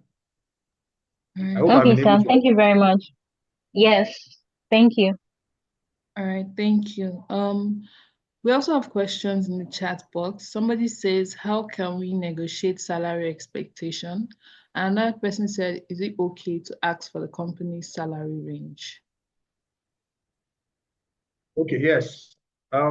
This aspect, before I wrote my book, the standard answer has always been, I'm okay with what the organization wants. But based on my experience, that is not the best answer. That is not the best answer. What you're supposed to do is, most times, sorry, I am using a laptop and it's about to go off. So I'm switching to my phone. So I'm going to shut down the laptop now so that there won't be any feedback or echo. Can you hear me? Can we hear me, please? Hello? Yes, we can hear can. you, Yes, sir. yes. All right, thank you. So my laptop just went off, so I switched to my phone. All right, so in a situation like this, sorry, there is no light and everything has gone off. I was using my laptop to power so please just bear with me. Thank God we are done with the. So in a situation where they are asking you about the salary range, here is my candid opinion. Most times when they do job ads, at least when I do job ads, I always try to put the salary range there. But I know that a lot of job ads don't have the salary range. So you should have your own salary expectation. Don't be saying you are okay with what the organization. Tell them what you want to earn. Nobody is going to arrest you for it. And nobody is going to, the only thing they will say eventually is that if you're asking for too much, then they can tell you their own range. But always have, it's part of the research you should be doing. The other people in the, other companies in that particular sector, how much are they paying? What is this? What is the idea of the salary they are paying? Your role, your position, the position you are applying for. Have that idea so that when you go for interview, for instance, you want to come in as EA, for example, and the organization is in the real estate sector, and we know that EAs in real estate sector, maybe they are paid between 200 and 250. Hypothetically, they are paid between 200 and 250. So when you go for an interview, you will not be saying 400 because you already have an idea of the range. So you can come up to say 270, or you can come up to say 250 or 240. That will now make them decide if they need to disclose, because when you say yours, then they can disclose and say, okay, no, we are not going to be paying as much as that. We want to pay 200. And that will save you a lot of energy. You don't want to be waiting for a job when eventually when they disclose the salary, you now realize it's not something you can take and you have wasted so much time and energy. So have an idea of how much you want to earn, do your research, and then speak based on that research, on the information you have. There is nothing wrong with having a clear understanding of how much you want to earn. It is either they are willing to, they can pay it, or they will tell you how much they are able to pay. And then you now decide if you are able to take it or not. I told you of an instance where I didn't pick up an offer because of how much they were willing to pay me. I was clear about how much I was going to earn because I considered the location. Apapa, I also did my research to know how much they pay averagely. But I also considered my own distance. I'll be going Mondays to Fridays to the place. I'll be going to every day. Cost of transportation and all that. So I needed to be clear on what is ideal for me. Because in the end, I don't want to do the job. After 3 months, I'm going back to meet them that they need to review my salary. It doesn't speak well. It doesn't speak well about me. It doesn't tell that, it doesn't speak well. Professionally, it doesn't speak well. So yes, you can tell them how much you want to earn. And that question of, I'm okay with, I know that you have how much you want to pay, and so I'm okay with it. It's also a sign of desperation. It shows that you are desperate. You just want the job anyhow. No, have a clear understanding of how much you want to earn. It's not, there's nothing wrong with it.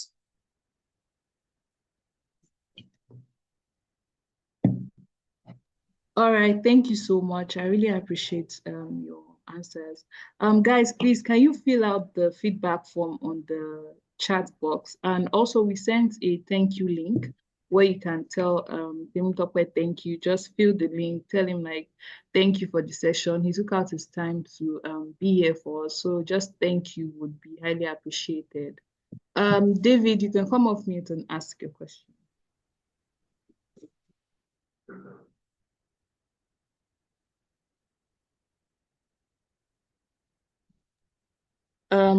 David. Okay, Ruth, you can go ahead. Okay, thank you very much, Mr. Temitope, for this training. I don't know if you can hear me. Can you hear me? Yes, I can. Thank you. I can hear you. All right. Good morning. Or sorry, good afternoon. Good afternoon already. Okay. So I wanted to ask.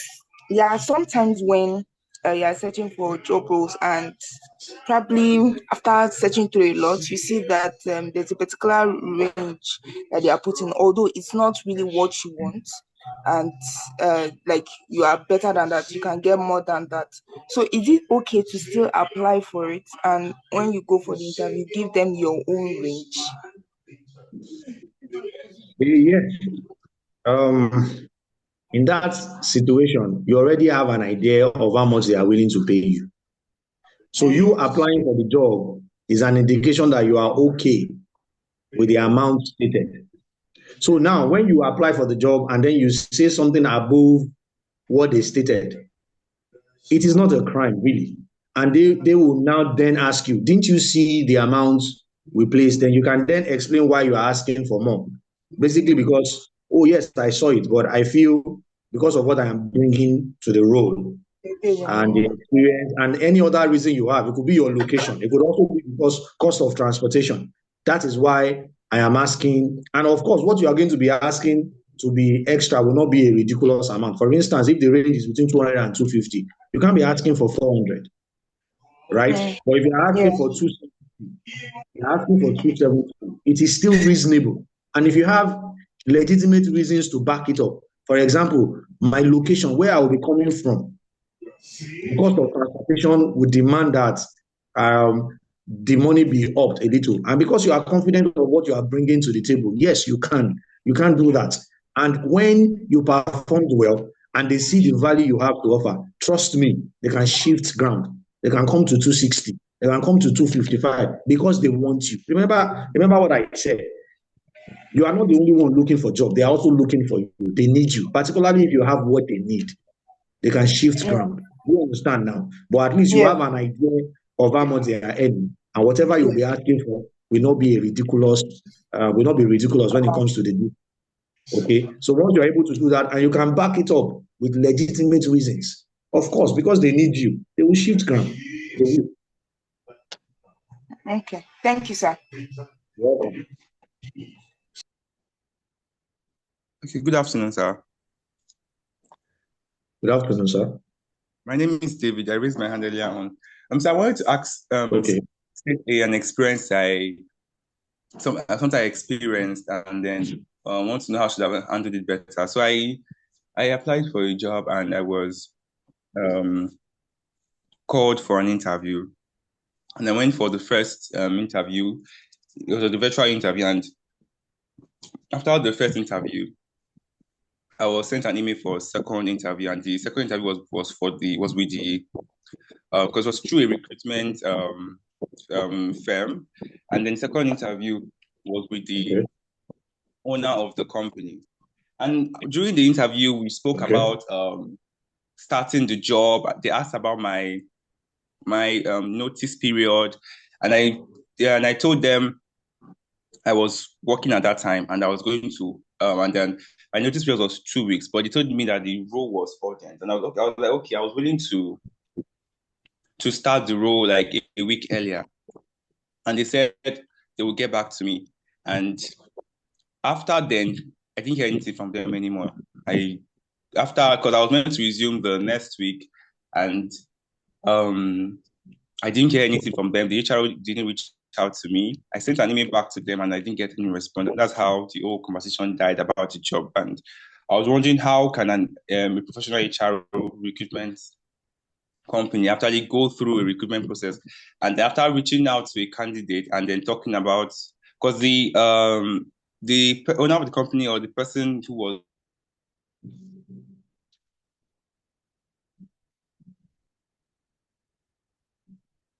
Hello, are you still there? Can anybody still hear him? Because I can't. I can't hear him either. I think we lost. I can't hear again. I think we lost him. The network took him out. who they were hiring for was the virtual interview. David, so we couldn't hear you for a while. We couldn't hear you. Okay, can you hear me now? Yeah, we can. Yes, we can now. Okay, sorry, please. Okay, so I don't know where I stopped, but I was. The last time we heard you was, I heard you was when you said you don't understand how a professional recruiting agency. Okay, yeah.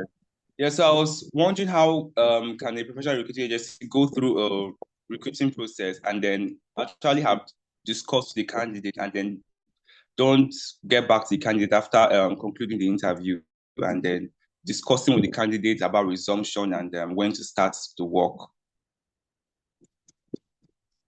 Oh, okay. So let me apologize on behalf of my colleagues. Some of us still do these things.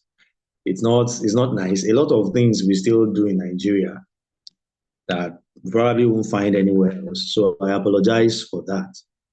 Now, like I said during the presentation, interview can be very, very tricky. And you have to also be smart. You have to be the type that thinks on your feet. You are working for an organization, you signed a contract, and they told you the notice period is supposed to be 2 weeks, and you agreed to it. And then you went to interview for another organization, and they are pressuring you to resume immediately, and then you agree. You have sent a message that you are not likely the type that will honor your terms, you honor your agreements. What you ought to have done is to insist that you signed a contract. And it is because they will also be looking at it from their own angle. What if you join them and then another organization tries to recruit you? You are just going to jump ship immediately. You will not honor the terms of maybe a month notice period and all. So that could be a reason why they did not get back to you, because they felt you are not the type that will honor your contract. Now, having said that, there is nothing wrong with wanting to be, if you like the job, if you want to move, if you see it as the next level, but you have to be clear about how you communicate it to them. You let them know that my willingness to join you immediately means that I'm going to be forfeiting, because in most terms of contract, it will be there that if you will not honor the notice period, then you will forfeit your salary for that month. And then you might even forfeit any entitlement you have. Maybe you are supposed to be given a particular amount or something. You will forfeit all that if you know you will not honor your terms of agreement. So you let them know that I am not being irresponsible here. If I decide to come and join you because I love where I am coming, I have been looking forward to this, and it's a next level for me, I am still making sacrifices. I will not be paid my salary for this month. There are entitlements that I will lose. If you communicate that way, you are showing them that you are not irresponsible. It is that you value this offer better than where you are, and you are willing to sacrifice this month to come. That stands you in a better stead than you just saying, okay, I will come. Agreeing to come without stating why, and then without letting them know even what you are sacrificing, makes you appear as if you are not the type that will honor contracts. And these days that most people don't stay for long in any organization. They work for a year and they just run away. Nobody wants to continue to keep recruiting. And I think that is why they didn't get back to you, even though it's still wrong. Most especially after you have contacted them, they are supposed to get back to you. So I apologize on their behalf. But that could be why you didn't get the job. Because you signed a contract somewhere, you agreed to give 2 weeks notice period or a month notice period. And then because of just little pressure, you caved in. Hello, sir. Yes. Okay, so the communication that went was not me giving in. It was more of Ruth, like, please, can you mute your mic?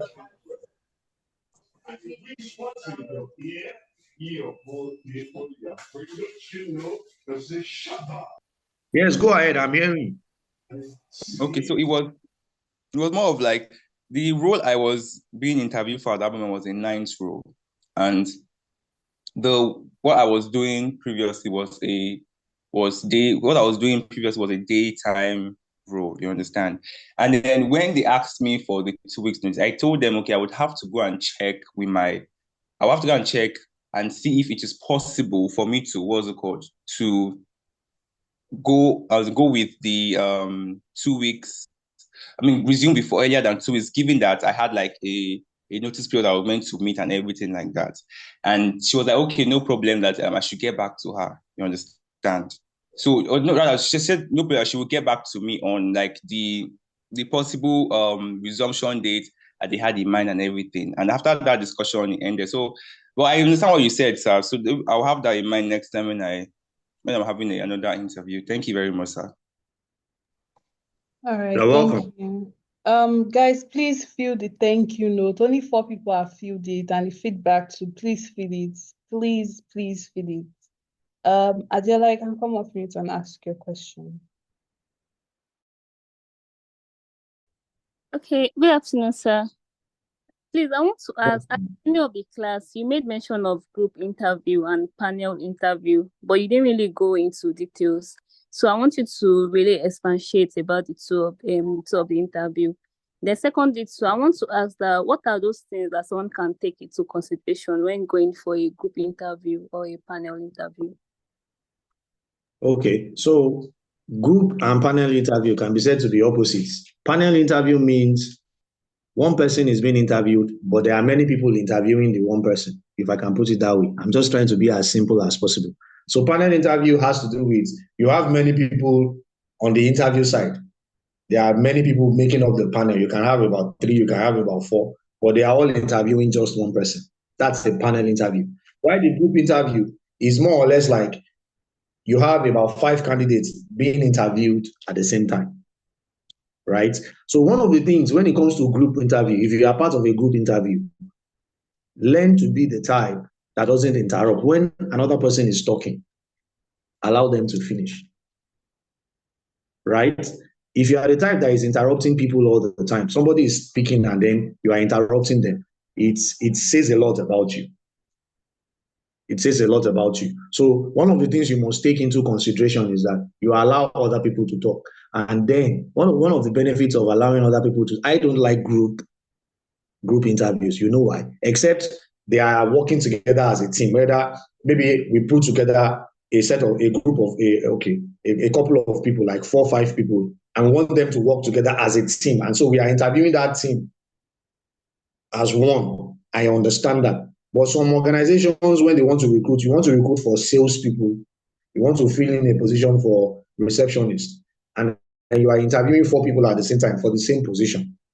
You might think you are giving all of them a level playing field, but you're not. If I'm the type that is I'm in that situation, I will listen more than I talk, and I'll be observing. When one person is answering the question, I will see whether from your reaction, whether that person answered correctly or not. And it will give me the chance to do what?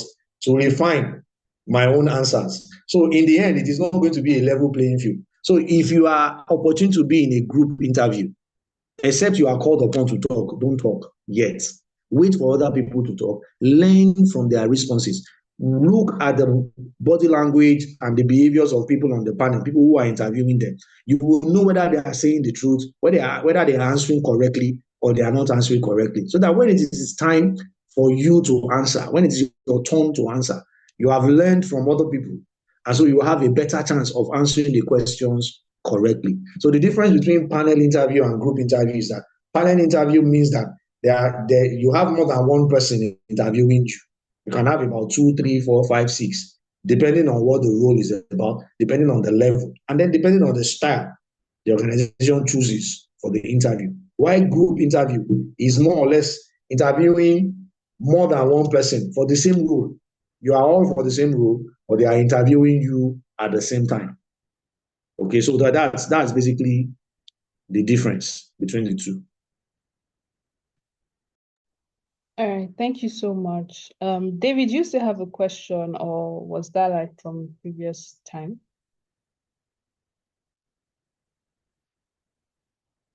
I think it was previously. Okay. Does anybody else have any other questions? All right. In the absence of questions, I think we've come to the end of today's session. Thank you so much, Temitope. I really appreciate you taking out time for us. Thank you so much. Can everybody just say thank you in the comments or in the chat box? Just say thank you. And we really appreciate you. Thank you. Thank you so much. Thank you. Yes, thank you. Please, everybody, don't forget to fill the thank you cards so he can read through them and see that we appreciate him. Just endeavor to fill the cards and also the feedback form. But thank you so much. We really appreciate. Yeah, thank you. Thank you. Thank you for having me. That's fine. Also about his book, you guys, don't forget to search for the book and buy the book. And thank you. Joseph, I think it's your network or something, because anybody else having difficulties with opening the links?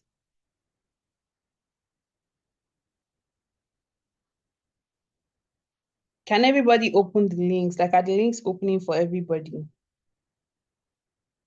Because Joseph said it's not opening. So I just want to be sure if it's from our end or it's from Joseph's end. Just can you repeat your question? I said, can everybody open the links that were sent? Like, is it opening for everybody else? Because Joseph said it's not opening for him. So I want to be sure it's not from us. Maybe it's from Joseph. Even mine is just rolling Yeah, and rolling. both of mine. Ruth, you could open both of yours. Yes, please. Oh, okay. Thank you. Maybe you should use Chrome because I think Chrome is faster and better. All right. Thank you. Thank you, everyone. Please don't leave until you fill these forms. Please. Please. I'm begging you, please. Thank you so much.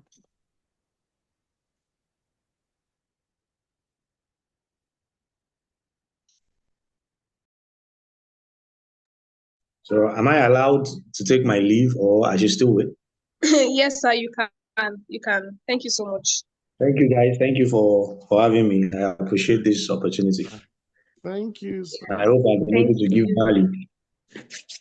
So have a lovely day. Enjoy the rest of your day. And you too, sir. Yes, please. Let's try to fill the thank you notes. You understand? That's the only way we can appreciate him. None of the links are open, please. Okay, so just copy them and paste them maybe on your notes and then try again later because it's working. People are already using the links already. So it's probably from your network.